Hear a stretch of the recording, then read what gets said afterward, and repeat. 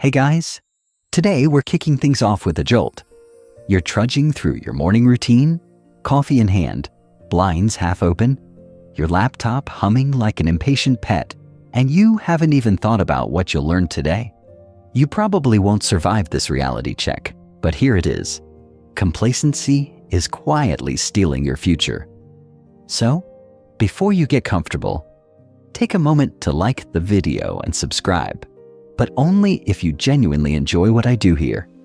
Oh, and drop your location and local time in the comments so we can see who's awake right now and who's still dreaming. Now, dim the lights, maybe turn on a fan for that soft background hum, and let's ease into today's journey together. You're sitting there, feeling the soft cushion under your thigh, the faint scent of yesterday's takeout lingering, and it hits you. If you don't actively feed your mind today, tomorrow you'll start feeling an itch, a nagging sense that you're being lapped by someone, somewhere. And that's because as soon as learning stops, entropy kicks in. The world keeps inventing new tools, AI chatbots that can simulate human voices, vertical farms that grow food in skyscrapers, and even self-charging phone cases that sound like sci-fi but are real. Mainstream studies tell us the average person devotes less than 1% of their waking hours to intentional learning. That leaves 99% of the time wide open for noise, repetition, autopilot living. You wouldn't let your phone battery drain to zero on purpose, so why let your brain run flat? Complacency creeps in like a polite house guest. You don't notice when it arrives, but suddenly it's rearranged your furniture and eaten all your snacks. You wake up one day and realize you're relying on outdated habits, outmoded facts, and reruns of old comfort zones. Historians still argue whether ancient Greeks used daily quizzes to sharpen their minds. But you don't need an ancient scroll to know this. Consistent learning is your lifeline. Imagine two colleagues, both hired on the same day, same salary. One spends 10 minutes every morning reading a few paragraphs on industry news, then applies one tiny insight.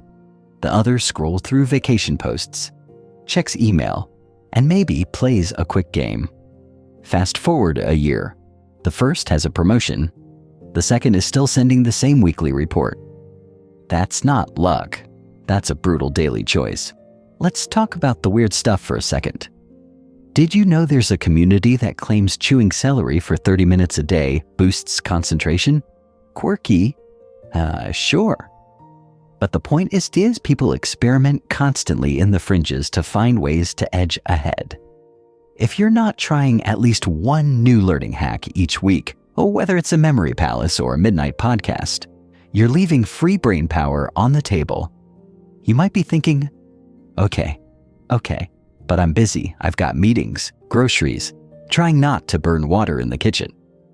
Fair enough. But here's the thing. Learning doesn't require a full hour blocked off. You can steal micro moments, 5 minutes while waiting for your laundry to finish, 7 minutes standing in line for coffee, 10 minutes before bed flipping through a few pages of a book. That tiny habit compounds faster than interest in a high-yield savings account. Here's a mainstream fact. Research shows that people who spend at least 15 minutes a day on deliberate practice improve their skills more rapidly than those who cram once a week. But guess what? Most folks don't even hit that 15-minute mark. You can outpace 90% of the crowd by simply committing to a quarter hour of learning every single day. And no, your brain won't revolt if you give it a steady diet of new ideas. It thrives on it. So today, you're going to ignite your learning habit. You're going to treat your mind like a garden. If you don't water it, weeds sprout. And those weeds? They're self-doubt, irrelevance, and I used to know that moments. You're going to start by picking one topic, maybe something you've always been curious about but never had time for, like basic coding, bird language calling, or the psychology behind habit formation. Dive in for 10 minutes. Take a note. Try a tiny experiment. Maybe learn how to say hello in Swahili, or memorize the first few elements of the periodic table. It doesn't matter what it is, as long as it's new. And don't overthink it. Perfectionists dig their own graves by analyzing every resource before opening a single page. Instead, grab one medium, an article, a 2-minute video, a tweet thread, and roll. Let curiosity lead you down rabbit holes. Before you know it, 5 pages become 50, 2 minutes become 20, and that's how trends get set and futures get made. Now, here's your first micro-challenge. Right after you pause this video, set a timer for 10 minutes. Open your default browser to a learning site, pick a random topic, and start exploring. No excuses, no distractions. You might learn the secret history of chocolate, the basics of Fibonacci sequences, or how to tie a perfect bowline knot, anything that nudges your brain off autopilot. By tomorrow, when you trudge back to your desk, you'll feel a tiny spark, a sense of forward motion. And that spark? It's the beginning of an inferno. Stick to it. And soon you'll be surprised at how far a few minutes each day can take you. Remember, the moment you stop learning, the conveyor belt of progress carries you backward. So if you want to stay ahead of 99% of people, you start today. You start now. You're cruising through life, believing you're either born with brains or you're not, like coffee or tea drinkers. A divisive choice made at birth. But here's the kicker. Your intelligence and abilities aren't carved in stone. They're more like clay in your hands, ready to be reshaped. You watch someone else breeze through a challenge and think, they must be unnatural. But that's just a story you're telling yourself. The truth is that everyone has the capacity to grow. Yes, even you, Mama, with your habit of binge-watching cat videos at 2 a.m. Yuri. Historians still argue whether Socrates himself adopted a growth mindset, but he certainly asked endless questions, which suggests he believed in the power of continual learning. Let's waste no time debunking the fixed mindset myth. In a fixed mindset, you assume that your talents are innate endowments. You're just not a math person, and you say, or you're never going to have stage presence. Nay? So when you face a setback, your code throws errors, your workout goes sideways, or you trip over a single syllable on stage, you shrug and walk away, convinced you've hit your limit. Meanwhile, someone with a growth mindset sees those same obstacles as temporary roadblocks, fuel for a comeback tour. You might be thinking, easy for them to say, how do I actually shift gears? The path begins by simply adding one little word to your vocabulary. Yet, I can't juggle. Yet, I don't understand quantum computing. Yet. Adding yet reframes your inner dialogue, transforming an endpoint into the doorstep of a journey. Mainstream research by psychologist Carol Dweck at Stanford reveals that students who adopt a growth mindset achieve higher grades over time compared to students stuck in fixed thinking. Dweck found that when you teach people that intelligence can be developed, they embrace challenges, persist through setbacks, and ultimately learn faster. In other words, by merely believing you can improve, you set your brain's machinery to sculpt new neural pathways. The brain, it turns out, is a remarkably malleable organ, neuroplasticity in action. But let's get delightfully weird for a moment. Some cognitive hackers claim that chewing peppermint gum while studying can boost your memory recall up to 25%. Quirky? Definitely. Fringe? Sure. But if chewing gum helps you remember the difference between affect and effect during your next big presentation, who cares if the idea stems from a candy company's marketing department? Try it once. What's the downside?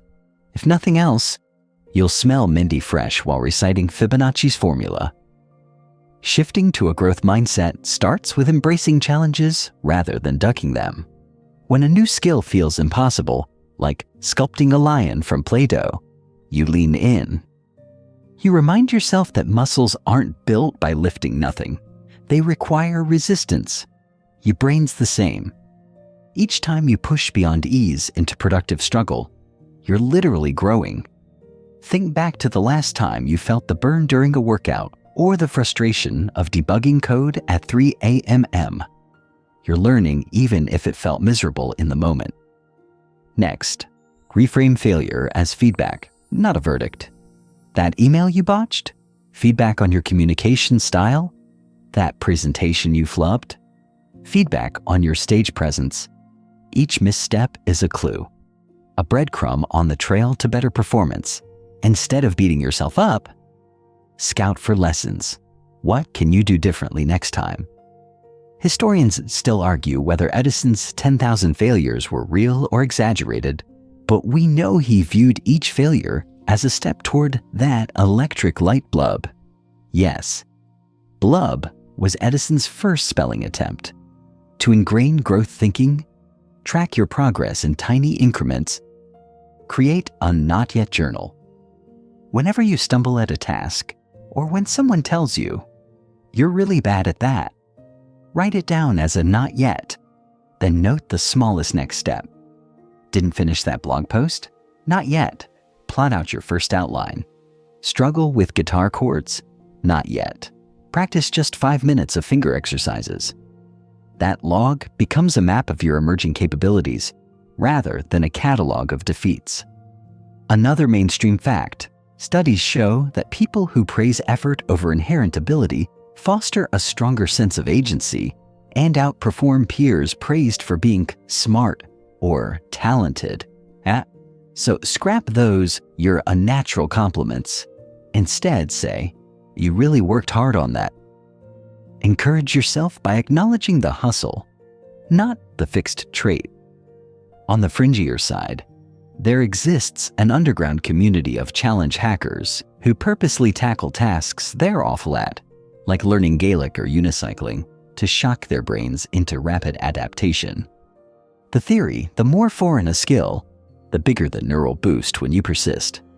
Whether or not you end up mastering unicycling, you'll start rewiring your mind to embrace discomfort itself as a signal to grow.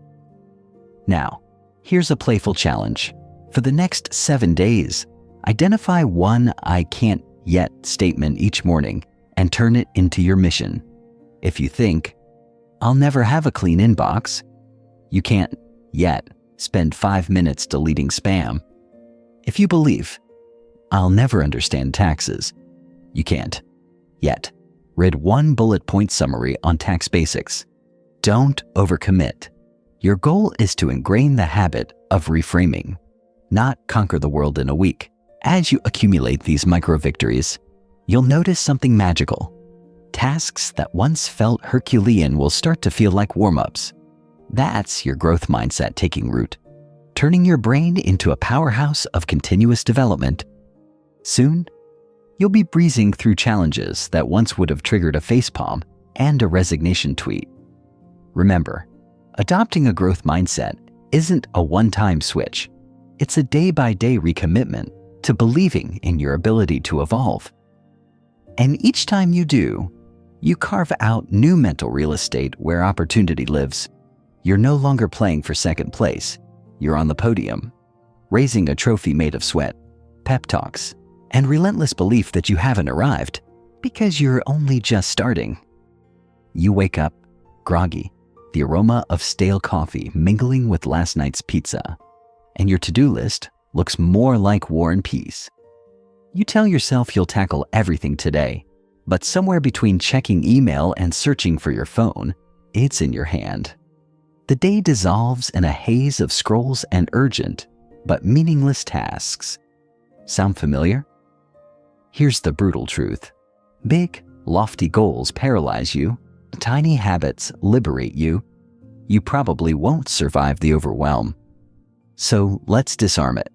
Today, we're stacking microactions like building blocks, one tiny habit at a time, so that tomorrow you're ahead of 99% of the crowd without even noticing. You've heard of compound interest in finance. Invest $1 each day and watch it snowball into a small fortune over time. But did you know habit formation works the same way? Mainstream psychology confirms that starting with a 2-minute version of any habit makes it 80% more likely to stick. Researchers call it the tiny habits method. You don't commit to reading a book. You commit to reading one sentence. You don't resolve to run 5 miles. You lace up your shoes and step outside. That's it. Yet fringe habit hackers take it further. Some swear by habit nesting, gluing habits together like molecular chains. Brushing your teeth becomes the trigger to do 10 squats. Which cues a single breathing exercise? Which cues you to journal one happy thought? Quirky? Absolutely. Effective?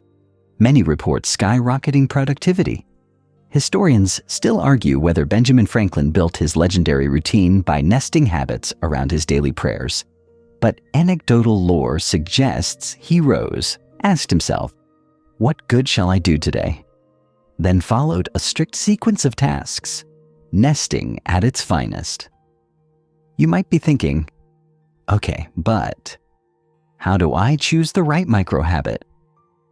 It all starts by identifying your keystone habit, the single action that triggers positive ripple effects across your day. For some, it's a morning stretch that unlocks energy. For others, it's jotting 3 bullet points of gratitude before the caffeine kicks in. The keystone task should be so small you can't say no. Want to meditate? Begin with just 1 mindful breath when you sit up in bed. Want to eat healthier? Drink 1 full glass of water before your first bite of breakfast. Here's a mainstream fact. Charles Duhigg's research in The Power of Habit shows that small keystone habits can transform entire routines, improving health, productivity, and emotional well-being. When you automate that one habit, it triggers a chain reaction, reshaping your entire day. Imagine you floss 1 tooth each night. Over weeks, that turns into a twice-a-day dental routine, which then influences other health behaviors. Suddenly, you're swapping soda for water, taking the stairs, even stretching at your desk. To make this concrete, map out your existing routines. Pick a regular anchor, something you already do without thinking, like boiling your morning kettle or clicking open your laptop. Then select a tiny habit that aligns with your top goal. If your aim is professional growth, every time you open your computer, read 1 sentence of an industry article. If your goal is fitness, when the kettle boils, do 2 calf raises. Don't worry if 2 feels ridiculously small. It's meant to. The magic lies in consistency, not volume. Now, let's tap into the fun side. Habit jackpots. Some performance hackers treat habit tracking like a slot machine, rewarding themselves randomly when they hit a streak. Say you stick to your tiny habit for 7 days in a row. You get a gold star and a tiny treat, a fancy tea bag, a 5-minute dance party. Whatever tickles your fancy. Random rewards tap into your brain's delight for unpredictability, reinforcing the loop even more powerfully than fixed rewards do. You're not bribing yourself. You're harnessing your brain's love of surprises. As you build these tiny habits, remember to adjust on the fly. If a 2-minute journal entry steals your momentum because mornings are chaotic, shift it to evening. If a single push-up feels pointless when you're already sore, switch to just flexing your bicep while waiting for your coffee to brew. The goal is not perfection. It's building an unbreakable chain of I did the tiniest thing until you break your own record. Of course, there's a debate among scholars about how long it takes to cement a habit. Some say 21 days, others argue up to 254 days. Historians still argue whether monks in medieval monasteries timed habit formation by lunar cycles. But the consensus is that consistency over weeks and months matters far more than the mythical 3-week mark. Don't fret the calendar, focus on showing up. one micro action at a time. Let's talk pitfalls. One common trap is the all or nothing mindset. You either hit your lofty goal or you feel like a failure. Tiny habits eliminate that drama. Even if you fail to meditate for 5 minutes, you still take one breath. Even if you skip the water, you at least pick up the glass.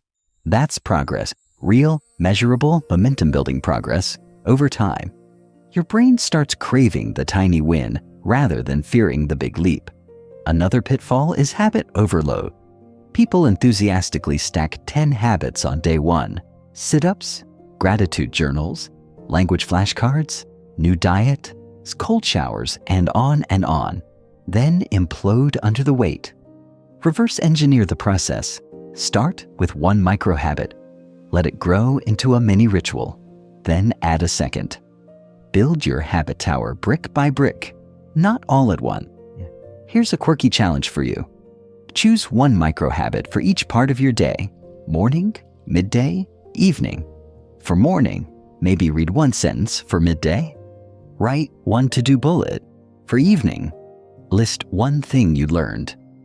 At the end of a week, you'll have 7 sentences read, 7 bullets written, and 7 lessons learned. Celebrate that, then layer on another micro habit next week. Remember? Every micro habit is a vote for the person you want to become. When you consciously rack up tiny wins, you're rewiring your identity. You're telling your brain, I am the kind of person who learns every day. That identity fuels the next habit, which fuels the next. Before you know it, you're the one who wakes up at 6 a.m. to learn a new skill, the one whose colleagues ask for your book recommendations, the one whose confidence soars because you're not winging it, you're growing it. By embracing tiny daily habits, you sidestep overwhelm and build unstoppable momentum. You become part of the 1% who know that success is not a one-time heroic push, but a marathon of small strides. Here's your final micro challenge for section 3. Tonight, identify one anchor in your evening routine. Link a tiny habit, just a single breath, a sip of water, a glance at your learning app to that anchor. Set a reminder tomorrow morning. Notice how that tiny habit popped into your day. That's the beginning of a lifelong habit cascade. You settle onto your couch, the afternoon light painting rectangles on the carpet, and open your phone to check one more notification, only to catch yourself mid-scroll. That's when the thought hits you. What if instead of another 5-minute social media dive, you opened a book that could change your life? You might think your reading is old school, like cassette tapes or dial-up internet, but here's the reality. Books are still the most efficient brain-boosting machines ever invented. You probably won't survive the regret of ignoring them. So let's change that. Mainstream studies show that avid readers experience a 30% slower cognitive decline as they age, compared to non-readers.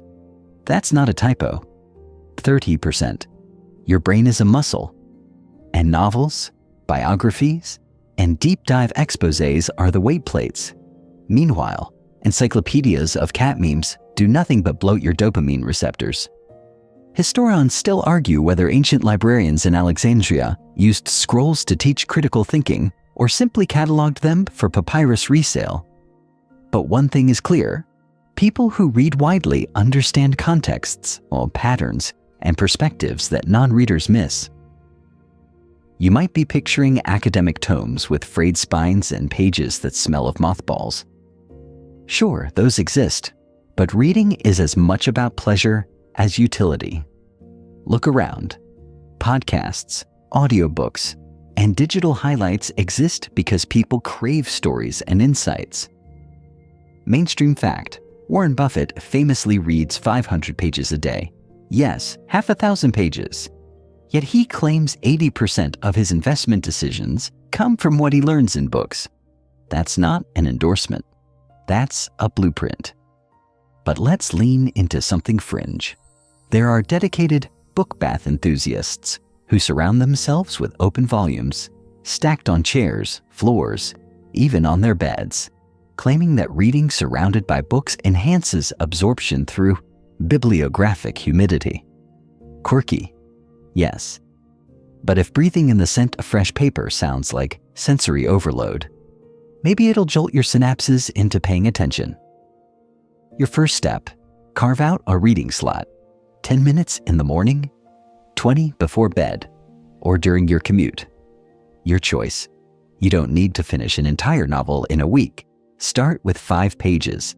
That might feel laughably small, but do it daily. 5 pages multiplied by 365 equals over Amazon ending 800 pages a year. That's several books, varying perspectives, and enough cross-pollination of ideas to keep your brain humming. That's consistent learning in action, rather than random browsing. Approach reading with intention. Ask yourself, what's my goal? Do you want to master marketing? Read classic texts like Influence by Cialdini? Curious about leadership? Start with Leaders Eat Last by Simon Sinek.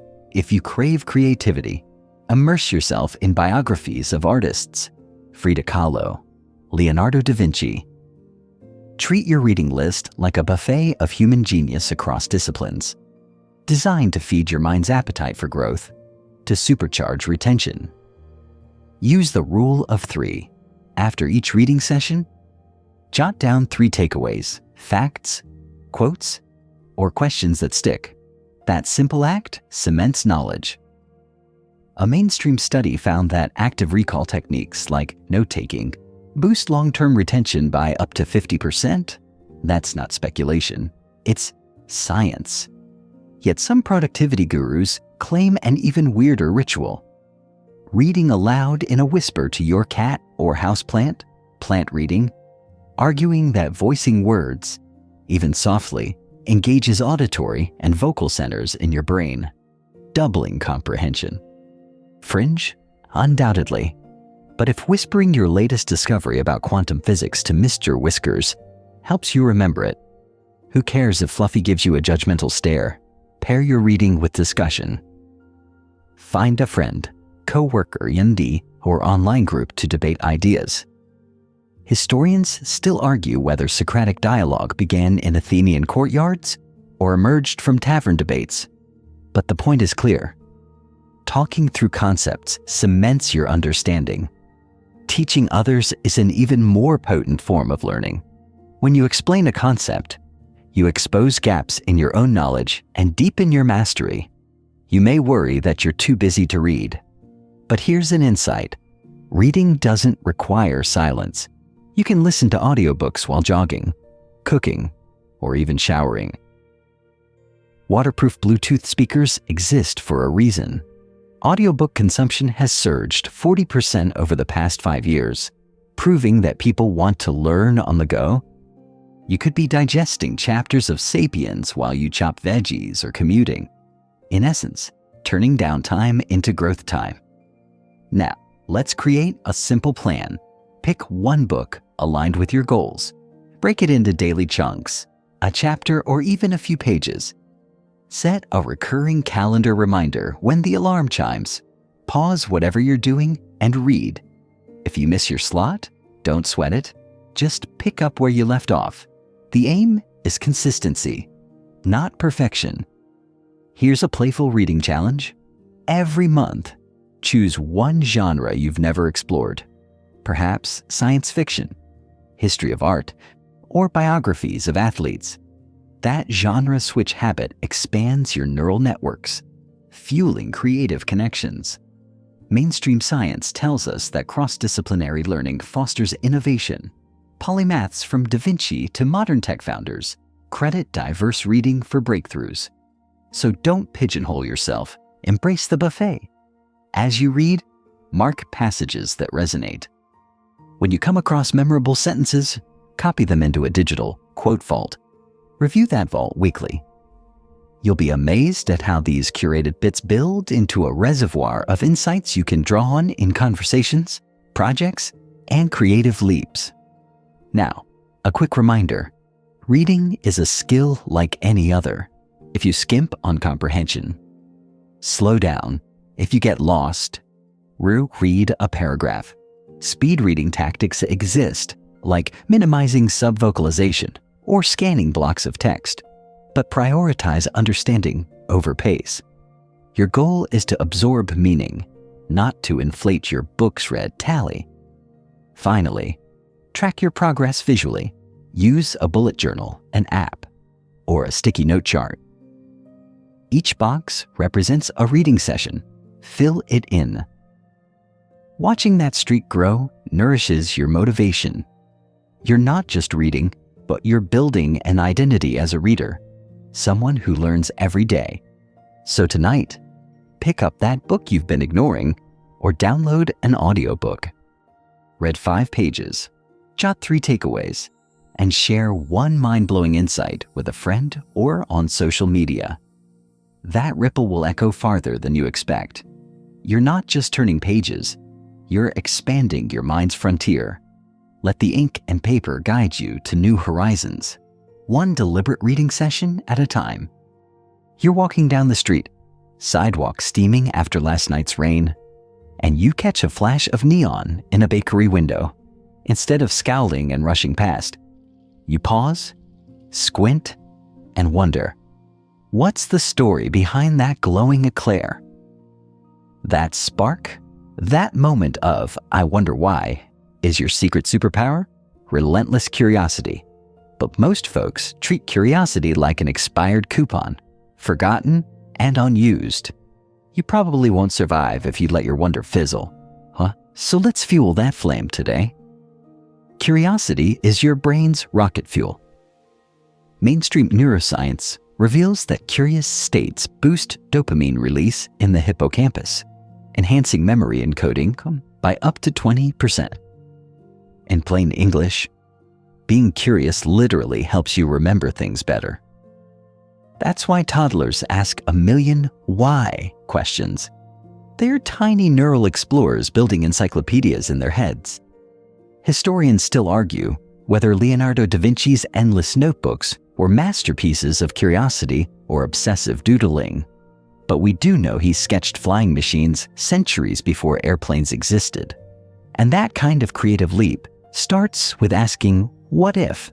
Almum yet fringe adventurers take curiosity to extremes. There's a subculture of door knockers who literally wander random neighborhoods, knocking on doors to ask strangers about their lives, collecting stories to feed their creativity. Quirky, sure, and definitely eyebrow-raising if you're more of a text message type. But imagine gathering fresh perspectives from 100 strangers. Your worldview does somersaults, and your brain gets a real workout. Curiosity isn't just a passive state, it's an active stance. You don't wait for questions to drop into your lap, you hunt them down. Begin by carrying a wonder notebook or a note in your phone. Whenever you catch yourself musing, why do flamingos stand on one leg? Or, how do deep-sea vents stay hot? Jot it down. You're not committing to answer every question immediately. You're simply cataloging possibilities. That list becomes your personal treasure map of exploration. Here's a mainstream fact. Studies at the University of California found that people who regularly ask questions score 15% higher on creative problem-solving tests. That's significant. Asking, why does that sign flicker? During your commute could translate to an aha moment at work, like discovering a process inefficiency or a clever marketing angle. Curiosity turns mundane moments into innovation catalysts. Now let's play with something offbeat, micro-curiosity challenges. Every day, pick one utterly random topic. Say, the mating rituals of fireflies or the mythology of ancient rain dances, and spend 5 minutes diving into it. Fringe bloggers claim this practice primes the brain for lateral thinking, making it easier to connect seemingly unrelated dots. Whether there's hard data or not, your mind gets thirsty for novelty, and that thirst carries over to your main projects to cultivate relentless curiosity, Adopt the beginner's mind approach from Zen philosophy. Treat every moment as if you've never experienced it before. That means uninstalling the autopilot app in your brain. The next time you make tea, don't just brace for the caffeine hit. Notice the gleam of the kettle spout, the swirl of steam, the tiny clink when the spoon touches the mug. You're not just making tea. You're conducting a micro-research project on everyday miracles. Don't underestimate the power of questions in conversations. Instead of the usual, "How are you?" ask, "What's something that surprised you this week?" Or, "What's a new skill you wish you had?" You'll uncover stories and insights you'd never hear otherwise. Mainstream social scientists note that open-ended questions foster deeper connections and richer dialogue, improving both creativity and relationships. But beware, curiosity has its nemesis, the curse of knowledge. Once you know something, it feels so obvious that you forget what it was like not to know it. That's why experts often struggle to teach beginners. They can't remember the gaps in their own understanding. Combat this by deliberately explaining concepts to a notional child or an imaginary friend.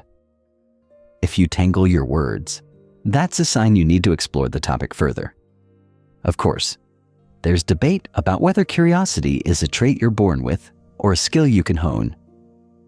Historians still argue whether Mozart's prodigious talent sprang from innate genius or intense, guided practice.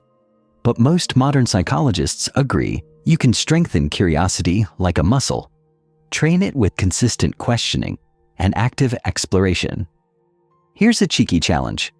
Pick one common object in your home, like a toaster or your desk lamp, and spend 10 minutes Googling its history, mechanics, and odd uses.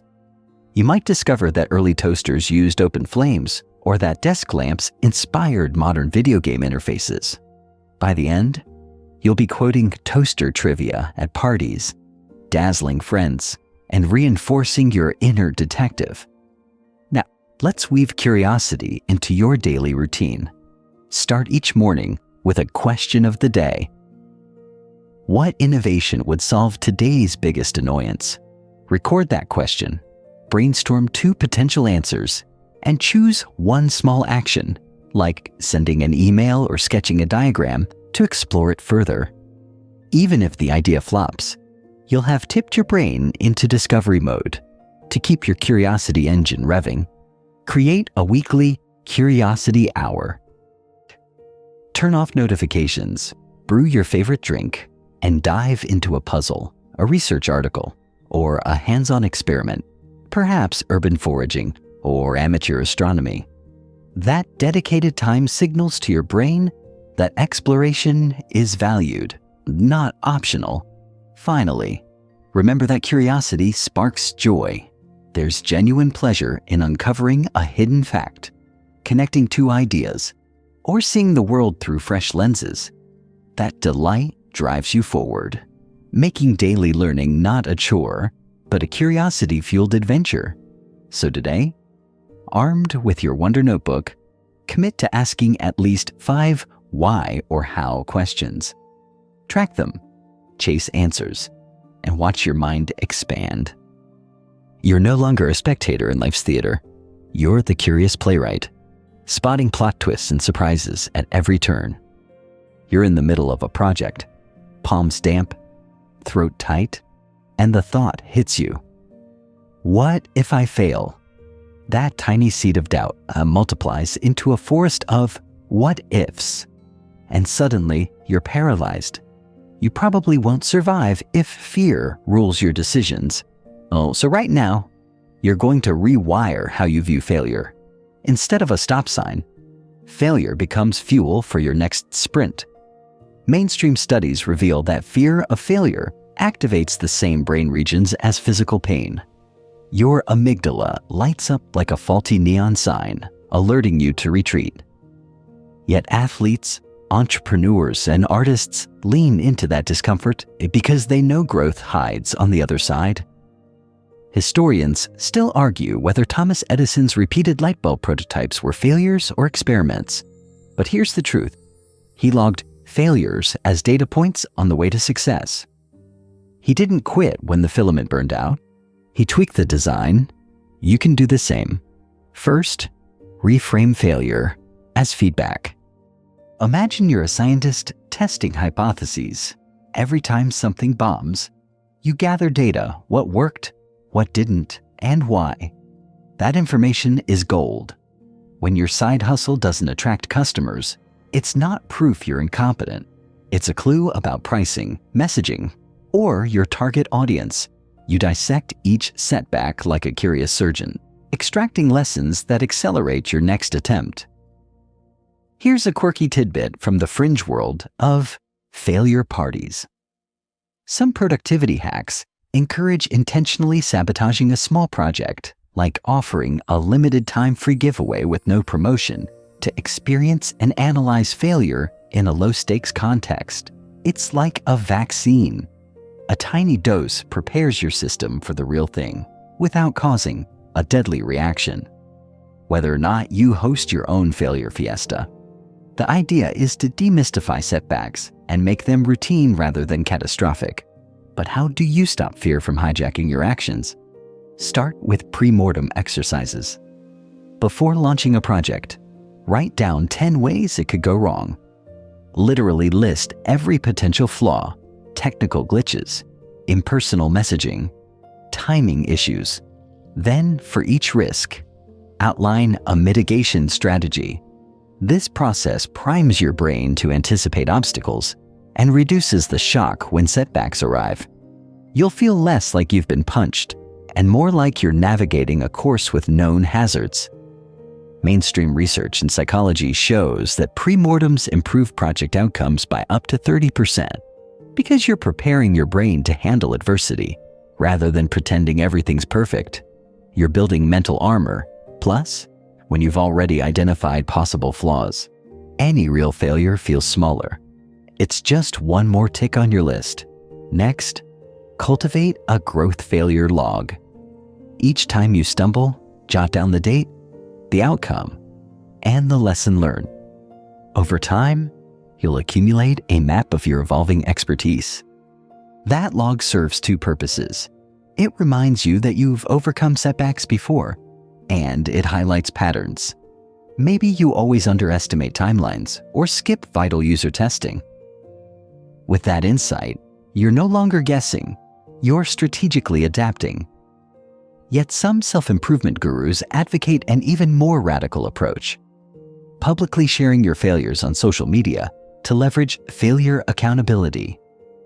They claim that by broadcasting flops, like sending a half-finished product to your newsletter subscribers, you demystify perfection and invite constructive feedback. Fringe? That may be But consider the upside. You normalize imperfection and build trust. People connect with vulnerability more than polished facades. To strengthen your resilience, adopt the 1-minute rule. Whenever negative self-talk surfaces, I'm terrible at this, you interrupt it by listing one genuine success from the past month. That could be as small as sending an email you'd been dreading, or finally organizing your workspace. These positive interruptions quiet your inner critic and remind you that progress, however modest, is real. Mainstream therapies like cognitive behavioral therapy use similar techniques to rewire negative thought loops, boosting confidence and reducing anxiety.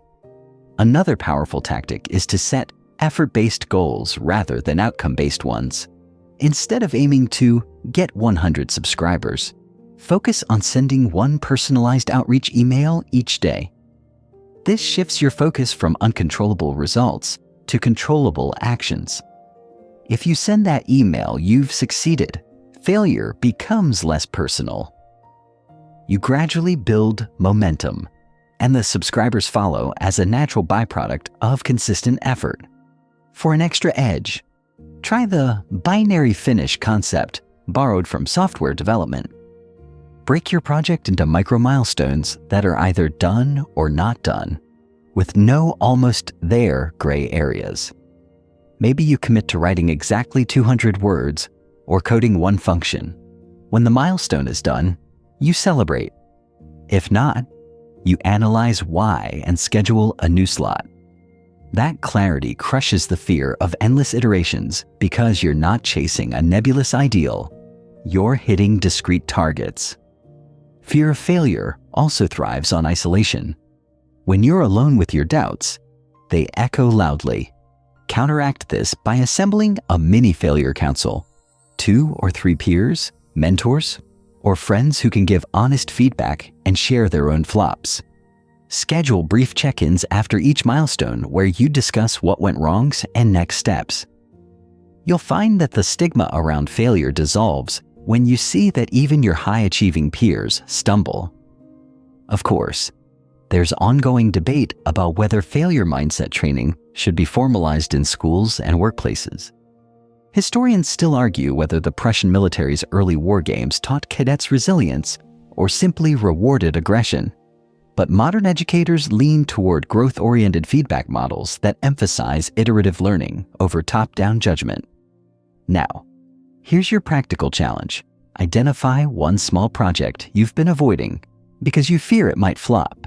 Maybe a blog post, a workshop proposal, or a cold email to a potential collaborator. Write a quick pre-mortem in your notebook. List at least 5 things that could go wrong. Then note a mitigation for each. Set a deadline to launch that micro-project within 3 days. When you do, record the outcome in your growth failure log. Celebrate what you learned and tweak your next plan. By reframing failure as an essential data source and deliberately practicing low-stakes setbacks, you'll shrink the fear that paralyzes 99% of people. What once felt like a brick wall becomes a stepping stone. And the best part? Each tumble forward supercharges your resilience, making you more daring, creative, and unstoppable. You settle into your workspace, keyboard at an arm's length. Soft glow from your monitor, the world's white noise humming just beyond your door, and you feel the pull of 1,000 digital sirens, notifications, emails, tweets begging for your attention. You probably won't survive a day if you let your focus fragment. So right now, you're going to learn how to lock in a flow state and leave distractions in the dust. Deep focus isn't some mystical state reserved for Zen masters or Silicon Valley gurus. It's a trainable skill. Mainstream research by psychologist Mihaly Csikszentmihalyi shows that people in flow report a 500% gain in productivity and a 600% boost in creativity compared to scattered work. Your brain's prefrontal cortex settles into a rhythm of sustained attention, filtering out irrelevant inputs so you can dive deep into complex problems without cognitive seepage.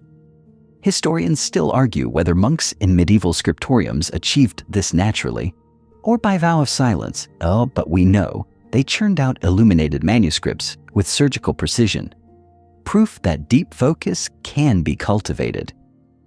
First, you need to build a fortress around your attention. Start by identifying your focus zone, the time of day when you feel most alert. For some, it's the first hour after sunrise.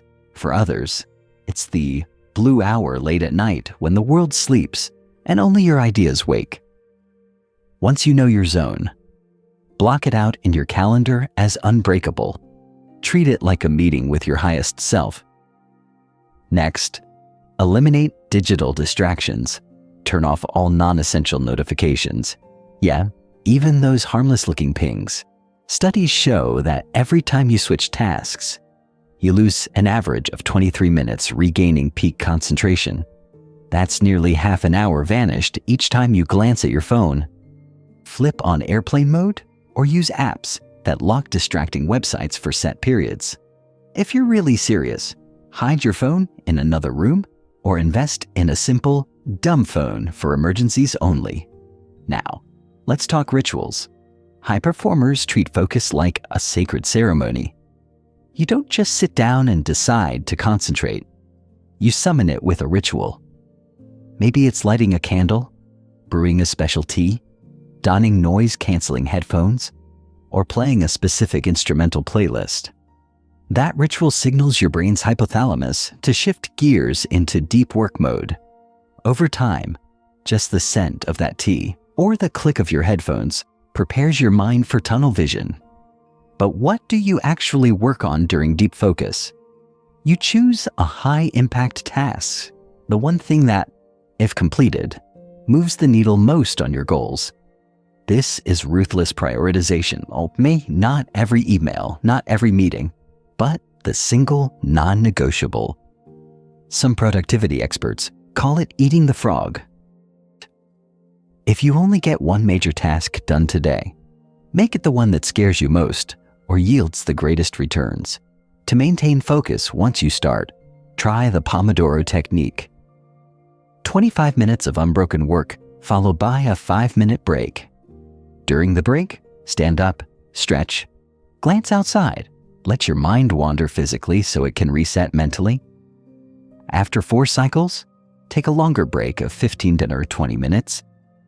This rhythmic pattern mirrors your brain's natural ultradian rhythms and prevents burnout. Mainstream data shows that Pomodoro practitioners maintain flow longer and report 30% less fatigue by day's end. Yet some focus aficionados advocate an even quirkier approach, the sound cocoon method. They wear noise-isolating earbuds that play a single continuous tone, like white noise mixed with ocean waves, or even customized focus frequencies tuned to their brain's alpha wave patterns. Fringe? Absolutely. But anecdotal reports suggest these soundscapes can amplify concentration by masking distracting ambient sounds, letting you drift into work without noticing the world's buzz. Before you dive in, set a clear intention. Write down your focus promise. For the next 25 minutes, I will work only on fence-specific task. Be precise. Avoid vague goals like work on the report. Instead, choose outline section 3 of the proposal or solve integration error in the payment module. That specificity prevents scope creep, the silent assassin of flow. While you work, monitor your attention. If your mind drifts, gently guide it back. Don't judge yourself harshly.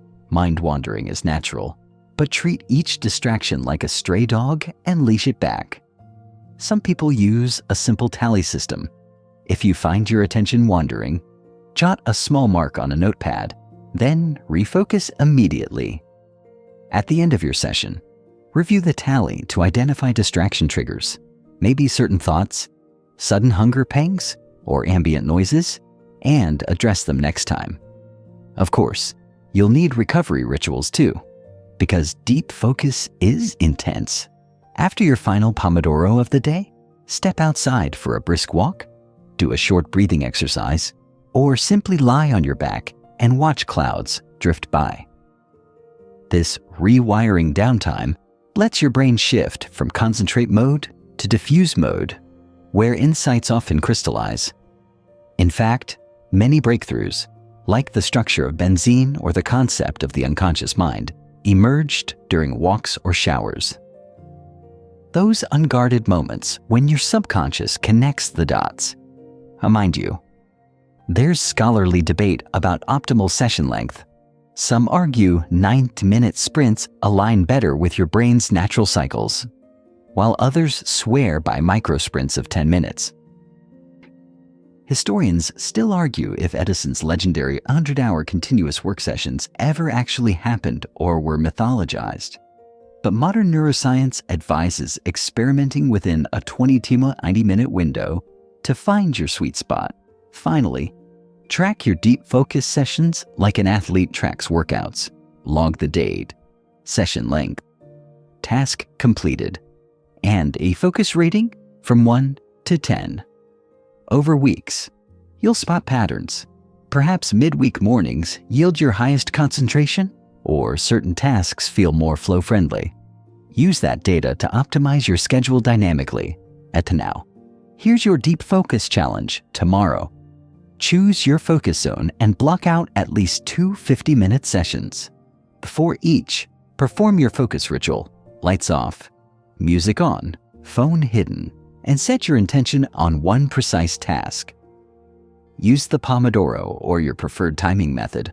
Log your experience, notice what helps. Silence, soundscapes, rituals, and what distracts you.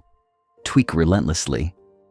When you build the discipline to dive deep, you'll accomplish in 2 hours what most people can't finish in a day. You'll tap into your brain's superpower. And each time you emerge from flow, you won't just have work done. You'll have proof that mastery begins with focus.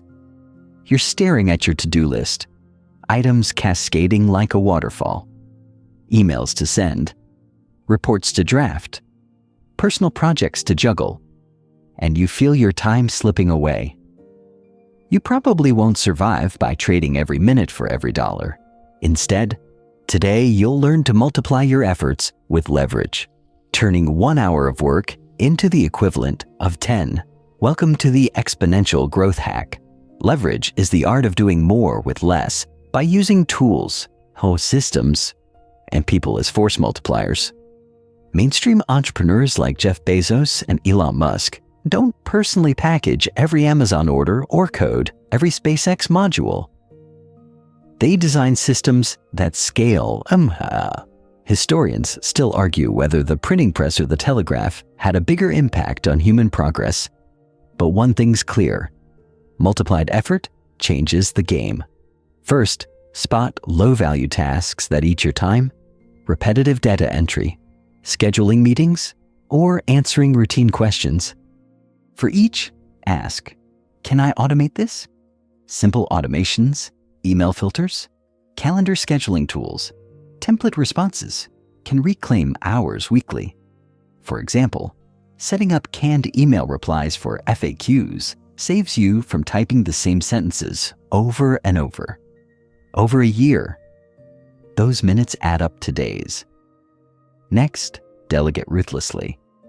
If you're a solo act, consider virtual assistants or freelancers for tasks that don't require your unique expertise. Websites offering gig workers at affordable rates make it possible to offload tasks like graphic design, research, or transcription for pennies on the dollar. Fringe micro-outsourcing communities even trade favors, like proofreading in exchange for social media shoutouts, fostering a barter-based leverage network. But leverage isn't just about offloading work. It's also about amplifying your unique abilities. Create digital products, guides, courses, or ebooks so your knowledge sells itself while you sleep. Podcasts, blog posts, and videos repurpose your expertise across platforms, maximizing reach without multiplying effort. Mainstream coaches report that a single webinar can generate more revenue in one night than 40 individual consultations. To systemize your leverage approach, build a leverage inventory. List every task you do weekly. For each, assign a score from 1 to 10 on how critical it is that you do it personally. Tasks scoring below 5 are prime for automation or delegation. Then, for each low-score item, sketch a simple plan. Choose a tool, set it up, or find someone to hand it off to. Action equals exponential time saved. Now, let's discuss the power of leverage through partnerships, collaborations, joint ventures, co-authoring, or mastermind groups. Combine your skills with others' reach. Historians still debate whether the Wright brothers' partnership or Edison's lab staff model drove invention faster. But collaborative leverage has always pushed progress. When you partner, you share ideas, audiences, and resources, skyrocketing impact. Another fringe tactic, the leveraged loyalty hack. Offer exclusive digital badges or early access content to your most engaged followers.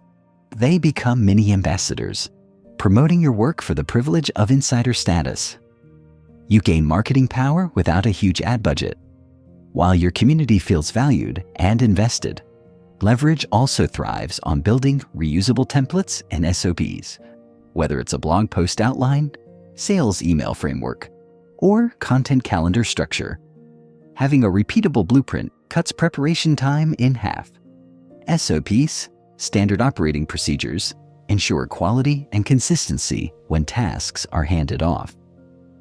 Mainstream operations research shows that companies with documented SOPs increase productivity by up to 25%. Don't forget financial leverage. Strategic use of debt or investment can accelerate growth. That doesn't mean reckless borrowing. It means leveraging low-interest capital to scale operations, like renting extra equipment to increase output, or hiring a part-time contractor to kickstart a new service line. Fringe, sweat equity arrangements let you trade ownership for expertise when cash is tight. For a creative twist, try the leveraged learning loop. Share your progress publicly through blog updates or social media threads, then invite feedback. Your audience effectively beta tests ideas, points out mistakes, and proposes improvements, all while you continue creating. That feedback loop speeds refinement far faster than working in isolation. Here's your leverage challenge. Today, pick one task you do at least 3 times per week. That's not core to your unique value. Score its personal importance. If it's below 5, choose one method: automation, delegation, template, or partnership to offload or streamline it. Implement the solution within 48 hours. Track the time you save each week and reinvest it into a high-impact activity. Remember, every hour you reclaim is another hour to invest in growth, creativity, and strategic thinking. When you master leverage, you're no longer bound by your clock. You're steering a fleet of systems, tools, and allies that magnify your impact. Welcome to the realm of exponential growth. You wake up to your alarm's gentle buzz, the soft morning light filtering through your curtains, and for a fleeting second, you consider hitting snooze. But today, you don't. You swing your feet onto the floor, the cool wood beneath your toes grounding you. You probably won't survive another day ruled by fleeting motivation. So it's time to architect ironclad routines. Self-discipline so reliable that willpower becomes optional and consistency automatic. Mainstream studies show that people who automate small decisions, like what to wear or what to eat for breakfast, conserve willpower for bigger tasks, reducing decision fatigue by up to 40%. That means you're less likely to cave into distractions or skip key habits when your willpower tank runs low. If you're not formalizing your routines, you're leaving your success to chance, and chance rarely sides with you. But let's get delightfully odd for a moment. Fringe habit stacking enthusiasts advocate carrying a tiny rubber duck in your pocket as a tactile reminder of your morning routine. Whenever you touch the duck, you trigger the next micro-habit in your chain: 2 minutes of stretching, 1 minute of journaling, 5 deep breaths. Quirky? Sure. Effective? Anecdotally, yes. Some claim their rubber duck became their most trusted accountability partner. Your first step is to map out your daily non-negotiables, the actions you do every single day, no matter what. These are your discipline anchors. For some, it's writing 200 words before breakfast. For others, it's a 10-minute meditation session before logging onto Slack. Choose 2 to 3 anchors that align with your highest priorities. Write them on a sticky note and place it where you'll see it first thing: your bathroom mirror, fridge door, or laptop bezel. That visual cue primes your brain to act. Next, design your morning and evening rituals around those anchors. Delight in the sensory details. Maybe you prepare a special herbal tea. Noticing its warm aroma and the steam swirling in the cup, your signal to sit down and journal. Perhaps you play a familiar instrumental track that becomes the anthem for your focus session. Its opening chords telling your brain, discipline time. Historians still argue whether Benjamin Franklin's famed morning questions were read aloud or scribbled silently. But we know he stuck to his routine like glue, and that consistency underpinned his productivity. To make discipline near automatic, link each anchor to a specific time and place. For instance, your Write 200 words anchor. Could be immediately after you brush your teeth, at your desk with the window cracked open. That way, your body and mind associate the context, the minty fresh mouth, the desk's firmness, the morning breeze, with your writing habit.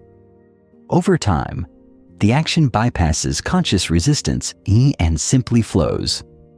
Here's a mainstream fact. Over 90% of successful goal setters report using written plans and checklists to guide their daily activities. That's because externalizing your commitments frees your mind from juggling details, letting it focus on execution. Grab a simple notebook or an app, and for each discipline anchor, note the specific trigger after brushing teeth. The action. Write 200 words, and the reward. Check off the box. Hear a satisfying beep, or enjoy a small dark chocolate square. Rewards reinforce the habit loop. For a fringe twist, experiment with the cold shower discipline. Some biohackers swear that ending your shower with 15 seconds of icy water builds mental toughness that carries over into every task. You stand, heart pounding, muscles tingling, and each breath you take is a victory over comfort. Whether you love it or hate it, the ritual reminds you daily that discomfort is temporary and mastery lies beyond it. But what about when life goes sideways? Travel, sickness, deadlines. This is where micro-commitments save the day. Even if you can't do your full anchor, do a mini version. If you can't write 200 words, write just 2. If you can't meditate for 10 minutes, take 2 deep, mindful breaths. These mini acts prevent your discipline chain from snapping. Mainstream behavior science calls this the minimum viable habit approach, doing so little you can't say no. Another powerful technique, the temptation bundling hack. Frame your discipline anchors alongside an indulgence. Only allow yourself to listen to your favorite podcast while doing your workout, or treat yourself to a special coffee only after completing your morning review. You're piggybacking pleasure onto discipline, making it more appealing and harder to skip. To track your progress without obsessing, use a simple checkbox calendar or a habit tracking app that shows your streak. Avoid over-engineering. The act of marking off your anchor suffices to reinforce the routine. Each unchecked box is a gentle reminder of where you slipped, and each streak carries forward as a badge of honor you won't want to break. There's ongoing scholarly debate about whether weekly or daily habit reviews are more effective. Historians still argue if ancient Romans used daily journals or weekly summary tablets, but modern practice suggests a brief evening review, 5 minutes reflecting on successes and slip-ups, boosts habit adherence more than a longer weekly audit. Try both and see what sticks. Now, here's your discipline fortification challenge. Tonight, write down your 2 non-negotiable daily anchors with their triggers and rewards. Set the visual cues, sticky notes, or phone reminders. Tomorrow, the moment you brush your teeth in the morning, transition directly into your first anchor. Resist any urge to negotiate. At day's end, mark your success and do a 1-minute review. What felt effortless? What required friction? Adjust your triggers or rewards accordingly. Remember, self-discipline isn't about beating yourself up. It's about engineering an environment where the right actions become the automatic choice. And when you systemize your routines, you tap into the mind's autopilot, freeing willpower for creative breakthroughs. Each consistent micro-victory cements the next, forging a chain reaction that powers your relentless ascent. You're staring at your reflection in the screen as the clock ticks past midnight, and you haven't written a single line of code or drafted that blog post you promised yourself. You probably won't survive on mere intentions. Action is your lifeblood. Today, you'll learn how relentless execution turns ideas into impact, propelling you past 99% of those who only talk about someday. Execution is the art of making decisions fast, moving forward without waiting for perfect conditions, and iterating constantly. Mainstream entrepreneurs like Sarah Blakely and Mark Zuckerberg famously embraced a launch fast but learn faster ethos. They shipped prototypes, gathered feedback, and tweaked relentlessly. Historians still argue whether the Romans fell because they overplanned or the Allies won because they acted under pressure. What's clear is that swift action often defines winners. First, you must embrace good enough over perfect. The difference between shipping and stalling often lies in the demand for flawless execution. Instead of agonizing over every detail of your presentation slide's color scheme, deliver the minimum viable version and collect reactions. If you wait until the slide deck is Instagram-worthy, your opportunity may vanish. The real magic happens when you're in market, adjusting on the fly based on real-world data. That said, ruthless prioritization is essential. Identify your North Star metric, the single outcome that moves you closer to your ultimate goal. If you're building an audience, it might be new subscribers per week. If you're coding an app, it might be completed user flows per sprint. Everything else is a distraction. Block time exclusively for high-leverage tasks and defend it ferociously. If an email request conflicts with your focus block, defer it or delegate it. Execution demands that you protect your runway. Next, set micro deadlines that break large projects into bite-sized checkpoints. Instead of saying, finish the entire website by Friday, commit to design the homepage by Tuesday, code the navigation by Wednesday, and so on. These concrete targets create clarity and urgency. Mainstream project management frameworks like Agile and Scrum rely on 2-week sprints for precisely this reason. Small batches of work maintain momentum and minimize scope creep. But let's detour into fringe territory. Some speed hackers use a method called time boxing with extreme constraints. They give themselves absurdly tight deadlines, like 30 minutes to outline a chapter, to induce frantic focus and force decisions. The resulting pressure cooker effect can yield surprisingly creative shortcuts and innovations. Whether you love or hate the stress, it reveals hidden reserves of resourcefulness under the gun. Once you start executing, adopt a bias for action mindset. When faced with uncertainty, pick a direction, even if it's not perfect, and move. You can't test hypotheses from an ivory tower. You need real-world feedback. This means embracing messy launches, feature flags, beta programs, or quiet releases to see how users engage before rolling out dramatic fanfare. Data-driven tweaks trump assumptions every time. To maintain velocity, monitor your execution velocity metric. Track how many micro-deadlines you hit each week.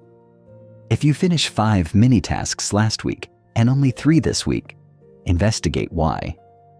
Were your tasks too vague? Did distractions creep in? Identifying execution bottlenecks allows you to address them proactively, whether by refining your process or adjusting workload. Execution also thrives on accountability. Find a peer or coach who expects results. Report your micro-deadline progress daily or weekly. The simple act of knowing someone else is tracking your commitments boosts completion rates by up to 70%. According to mainstream behavioral research, you'll feel the sweet sting of social pressure, and you'll channel it. For an extra edge, experiment with execution sprints.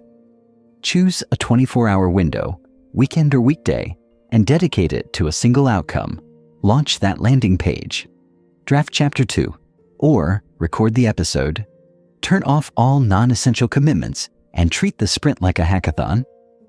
The immersive intensity often produces breakthroughs you'd never achieve with scattered attention. Of course, execution without reflection is blind. Schedule a weekly execution review where you pause to assess which tasks launched, what feedback arrived, what patterns emerged. This reflection prevents you from repeating mistakes and ensures you're not just doing more, but doing what matters. Historians still debate whether Napoleon's swift conquests succeeded until his overextension at Waterloo. But had he paused to reflect, history might have told a different story. Remember, execution is a muscle you build. The more you do, the more you can do. Each completed micro-deadline boosts your confidence and proves that you can turn ideas into reality. Even if a project stumbles, you'll have valuable insights to pivot rapidly. Now, here's your execution challenge. Pick one high-impact project you've been postponing.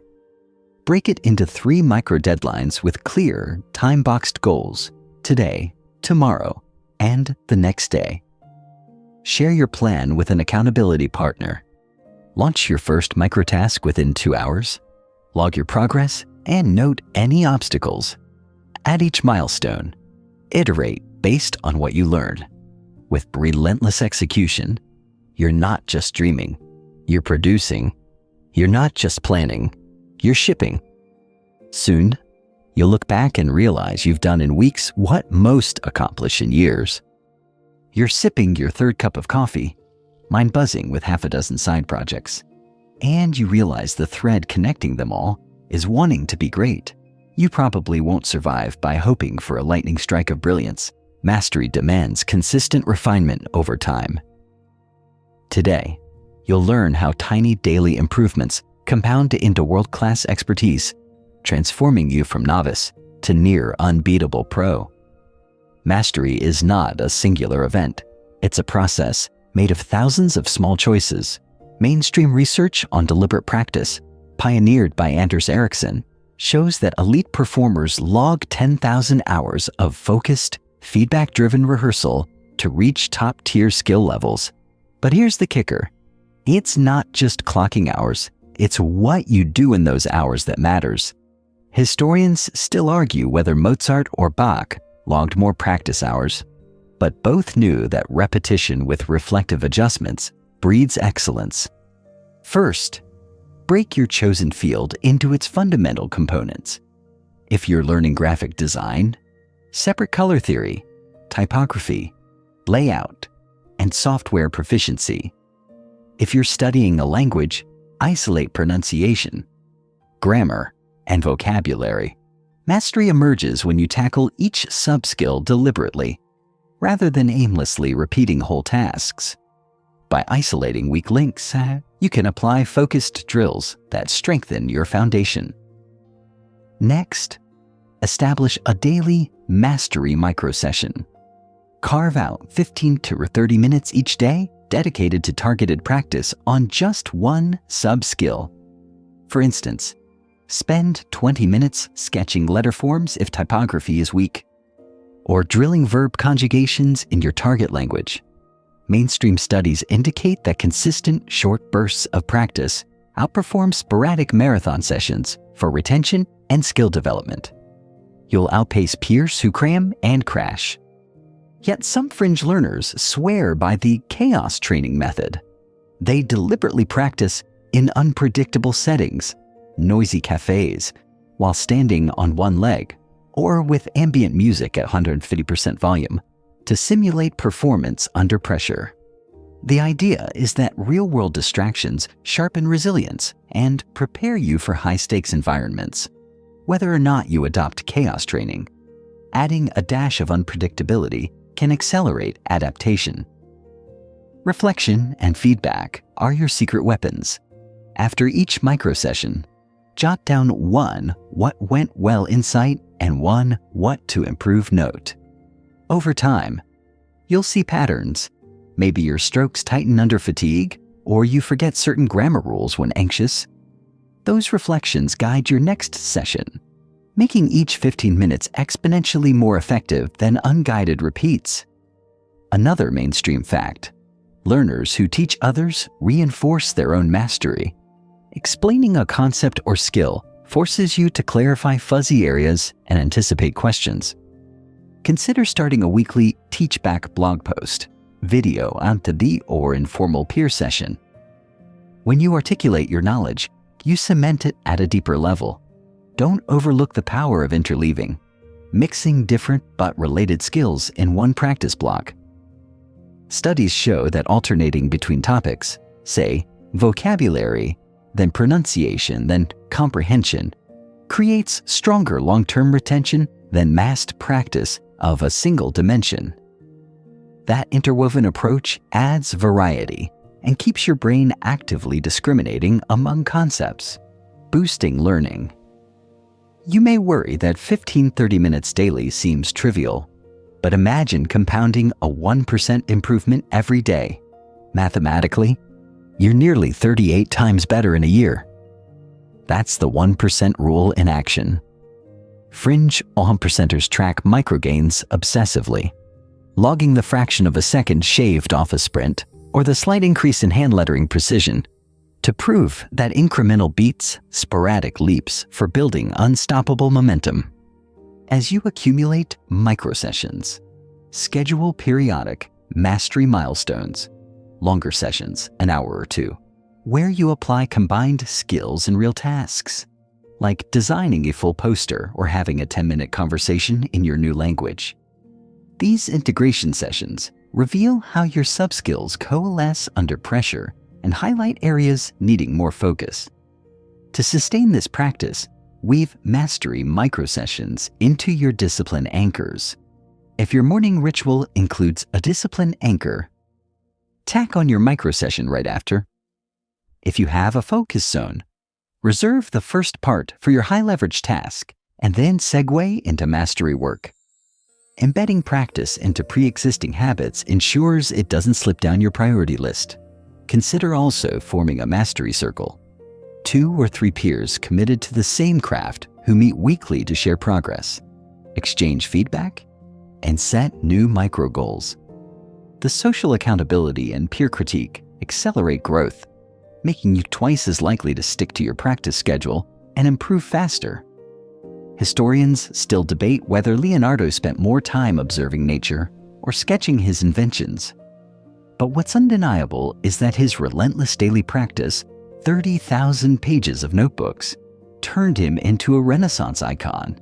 You may not need 30,000 pages, but consistent daily pages will do wonders. Here's your mastery challenge. Tonight, identify your field's 4 core subskills. Rank them by current proficiency, weakest first. Tomorrow, schedule a 20-minute microsession on your weakest skill. Drills, exercises, or targeted tasks. Afterward, note 1 success and 1 improvement area. Repeat this for 4 days, rotating subskills. At the end of the week, do a 1-hour integration milestone. Observe your gains. Remember, mastery is a marathon of mindful steps, not a sprint fueled by blitzes of working insanity. By consistently honing small facets of your craft, you build a composite skill set that catapults you to the top 1%. You're tapping away at your desk, eyes bleary from back-to-back tasks, the glow of the screen painting your face in caffeine hues, and you feel that creeping weight of exhaustion settling into your shoulders. If you keep this pace without a break, you probably won't survive the week. Burnout will ambush you like a rogue delivery driver. Today, you're going to learn how to sustain relentless momentum without crashing, weaving rest and recovery into your rise so you stay energized long-term. Here's a mainstream fact that might surprise you. Research from the World Health Organization finds that chronic overwork contributes to a 20% higher risk of cardiovascular issues and mental health struggles. That's your body and mind telling you, hey, speed isn't everything. Pace matters too. Historians still argue whether Aristotle napped between lectures or simply pondered under olive trees. But every great thinker from antiquity to modern tech founders knew the power of strategic downtime. First, understand the 2 modes your brain toggles between. The focused mode, where you're deep in concentration, and the diffuse mode, where ideas simmer quietly in the background. You can't stay in focused mode forever. Your neural circuits need a chance to roam freely. That's why deliberate recovery is as essential as training. Treat rest like a vital ingredient in your productivity recipe, not a guilty indulgence. Here's a quirky recovery tip from the fringe forest bathing enthusiasts. Spend at least 10 minutes each day wandering among plants, indoors or out, paying attention to leaf textures, bird songs, or the rustle of wind through branches. Japanese studies on Shinrin-yoku show that forest exposure lowers cortisol levels by up to 15%. And even a few potted ferns in your workspace can offer microdoses of calm. Quirky? Absolutely effective? Many swear by it. Next, schedule micro breaks every 90 minutes. Mainstream research on ultradian rhythms indicates that your brain cycles through peaks of alertness and troughs of fatigue roughly every 90-120 minutes. Instead of powering through, set a timer. After each cycle, stand up, stretch, make a cup of tea, or do a 2-minute breathing exercise. Even a quick walk to the window to watch clouds drift by recharges your mental batteries far more than another coffee. Third, adopt the active recovery ritual. Rather than collapsing onto your couch, engage in light movement, gentle yoga stretches, a short stroll around the block, or even a few minutes of dancing to your favorite tune. Yes, dancing pants optional. Active recovery keeps blood flowing, flushes out metabolic waste, and primes your brain for fresh focus when you return. Another mainstream insight: sleep is your non-negotiable superpower. Studies show that people who get 7-8 hours of quality sleep outperform those who burn the midnight oil by up to 30% on cognitive tasks. That's not just a suggestion, it's biology. Historians still argue whether Leonardo sketched by candlelight into the early hours or napped in the afternoon. But modern CEOs like Arianna Huffington swear by bankable sleep schedules. Set a consistent bedtime wind down, dim lights, digital sunset, blue light filters, and a short ritual. Perhaps reading a few pages of something delightfully unrelated to work. For an offbeat twist, try the polyphasic nap experiment. Some fringe productivity hackers break sleep into multiple short naps, 20 minutes every 4 hours, claiming it boosts alertness and creativity. It's controversial and definitely not for everyone, but it's an intriguing example of how recovery can be customized. Historians still debate whether Nikola Tesla thrived on 2 hours of sleep a night, or if that was myth. But the idea challenges how rigidly we think about rest. Next, incorporate mental resets. Whenever you hit a wall, writer's block, coding snag, hay mirror, or creative slump, shift your gaze to something completely different for 5 minutes. Watch a cooking tutorial, doodle, or listen to an unfamiliar song. That brief mental pivot can unstick stuck ideas by engaging different neural pathways. Mainstream cognitive science calls this the incubation effect, and it's how many scientists report making breakthrough connections. To sustain momentum over weeks and months, implement a rhythm review each Friday afternoon. Spend 10 minutes reflecting. What felt energizing? What drained you? Did your micro breaks land too close together or too far apart? Adjust your schedule for the next week based on these observations. This iterative approach prevents minor fatigue from snowballing into chronic burnout. Another fun strategy from the fringe Creative Sabbaths community. Dedicate 1 day every month to zero goal-oriented work. In no to-do lists, no productivity apps, just free exploration. Paint, play an instrument, wander a new neighborhood, or binge watch an old sitcom guilt-free.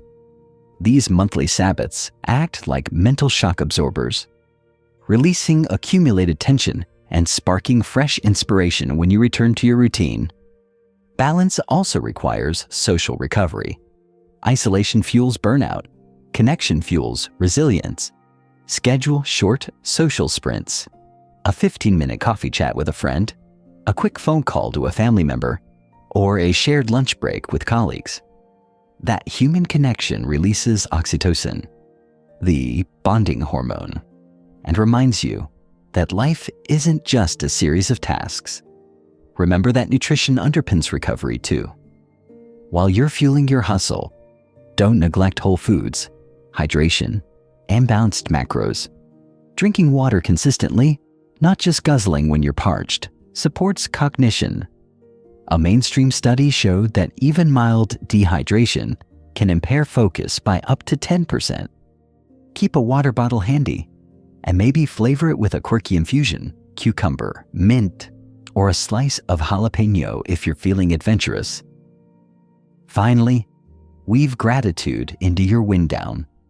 Before you sleep or at the close of your workday, jot down 3 things you're grateful for or proud of accomplishing. That practice rebalances your nervous system, shifting it from stress mode into restorative mode. Historians still argue whether Marcus Aurelius penned gratitude lists or Stoic meditations, but modern psychologists praise gratitude journaling for boosting well-being and resilience.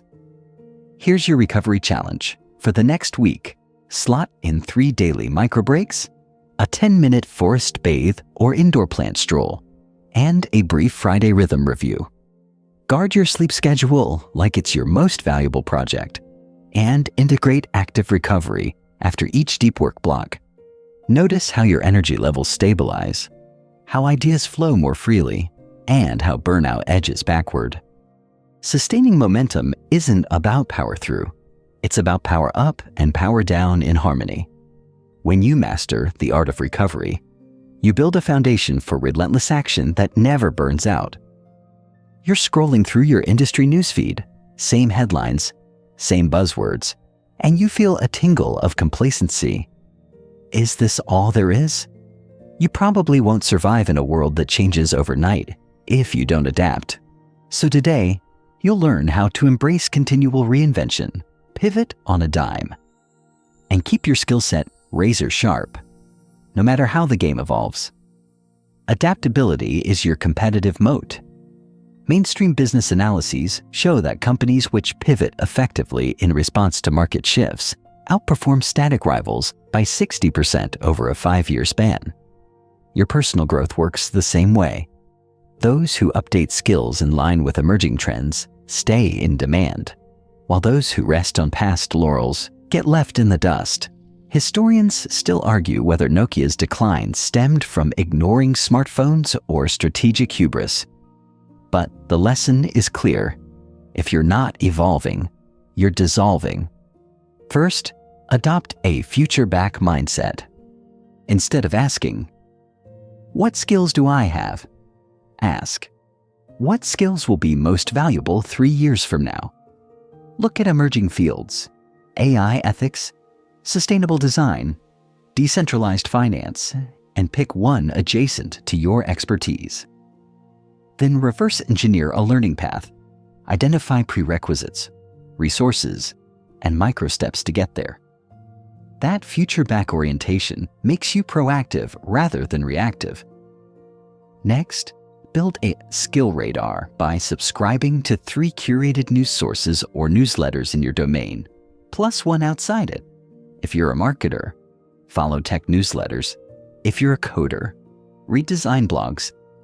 Every morning, skim headlines for new tools, techniques, or debates. You can digest those in 2 minutes, but the insights might spark your next side project or career move. Fringe futurists even use AI-driven trend-spotting platforms that analyze patent filings and job postings to predict emerging hot skills months in advance. Overkill for some, gold for others. Then, schedule quarterly. Reinvention sprints. Every 3 months, devote 2 hours to learning something totally new or deepening an emerging skill. It could be taking an online mini course on blockchain development, experimenting with a no-code tool, or shadowing a colleague in a different department. By punctuating your year with these sprints, you avoid stagnation and stay ahead of the curve. To integrate new skills into your repertoire, use the Project Pivot method. When you're midway through an ongoing project, Say, drafting a report or coding a feature. Inject an emerging tactic. New data visualization libraries, a fresh narrative structure, or an innovative marketing channel. That real-time application cements your learning and delivers immediate value. Mainstream education research affirms that just-in-time learning, acquiring skills when you need them, boosts retention by up to 70%. For a fringe twist, consider a skill swap circle. Partner with peers who have complementary emerging skills. Maybe a product designer learning Python pairs with a developer wanting UI basics. You trade weekly lessons, feedback, and mini projects. Not only do you learn faster, but you build a micro-community of practice that fuels accountability and sparks collaboration. Be aware of skill debt, outdated expertise that lingers in your workflow without adding value. For example, you might still use old spreadsheet macros or legacy frameworks long after newer, faster tools emerged. Periodically audit your stack and ask, is this habit still serving me? If not, retire it or replace it. Historians still debate whether the phasing out of VHS was too rapid or too slow. But in your case, lean toward thoughtful yet decisive retirement of obsolete practices. Another mainstream fact, adaptive professionals devote at least 20% of their work week to learning and experimentation, a principle popularized by Google's 20% time. Even if your company doesn't officially support it, carve out unpaid or off-hours time, protect that slot zealously. Treat it like a business-critical meeting with the future you. Resilience underpins reinvention. When new skills stretch you beyond your comfort zone, those initial flops are not failures, but investment in flexibility.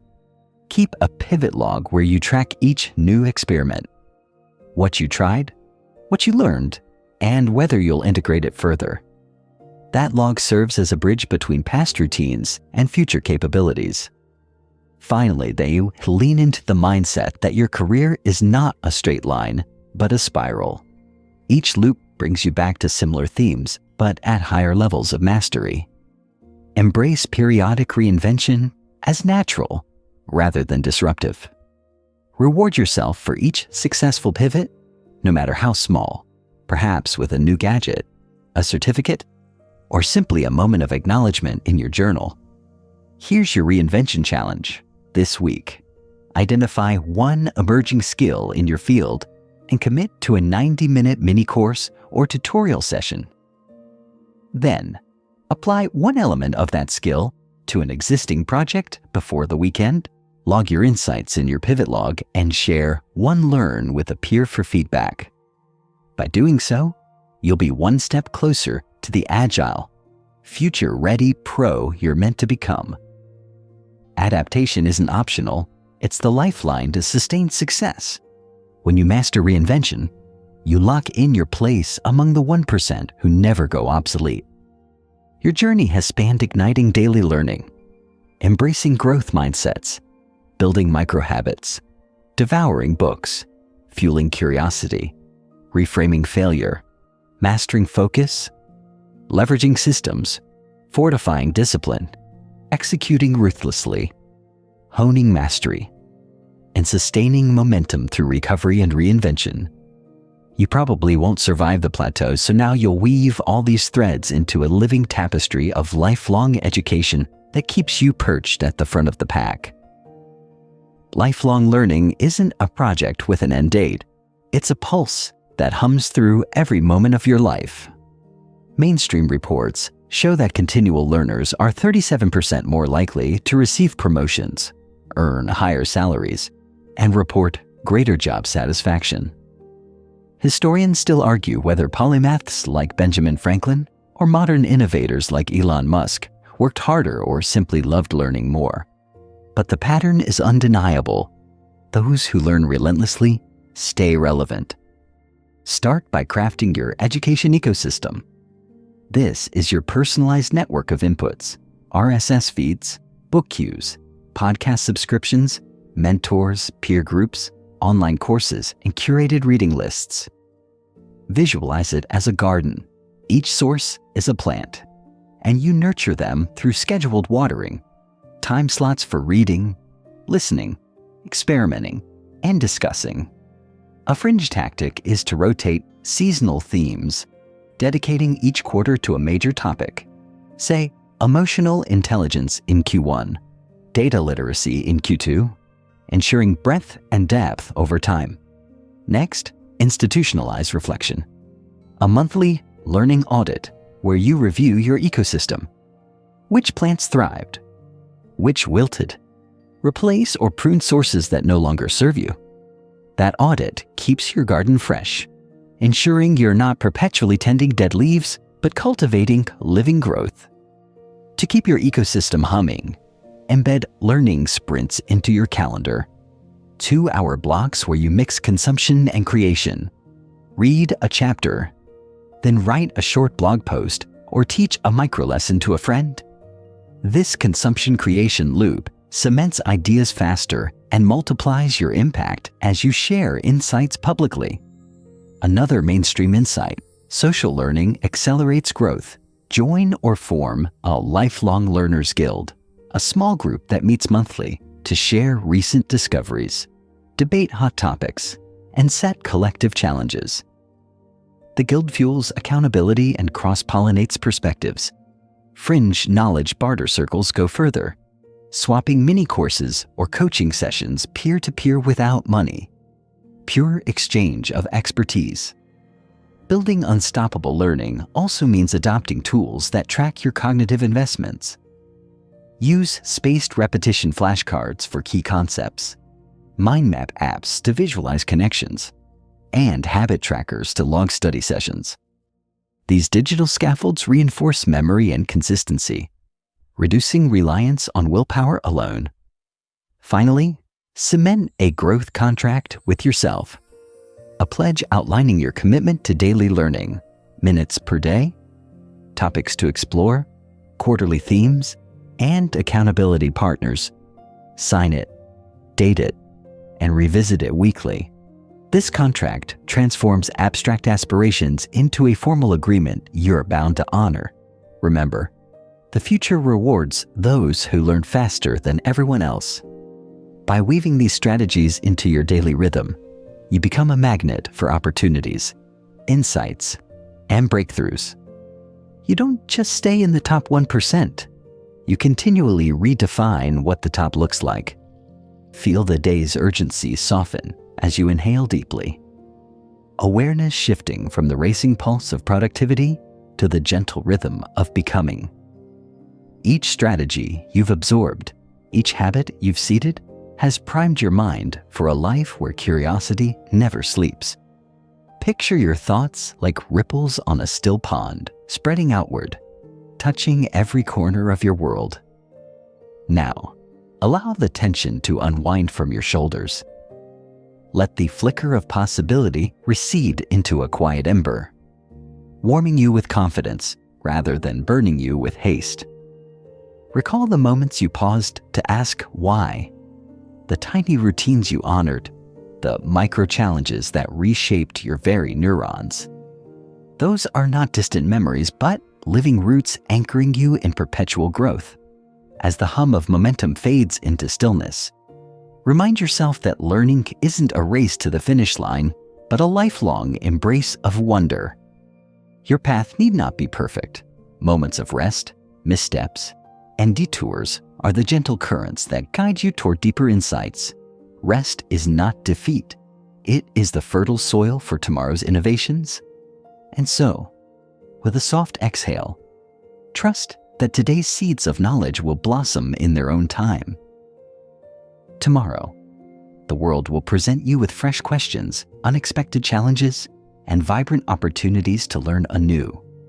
Drift into the calm knowing that your commitment to daily growth has forged a silent promise, or a whatever comes next. Now you will meet it not as a passive passenger, but as a skilled navigator, ever ready, ever curious.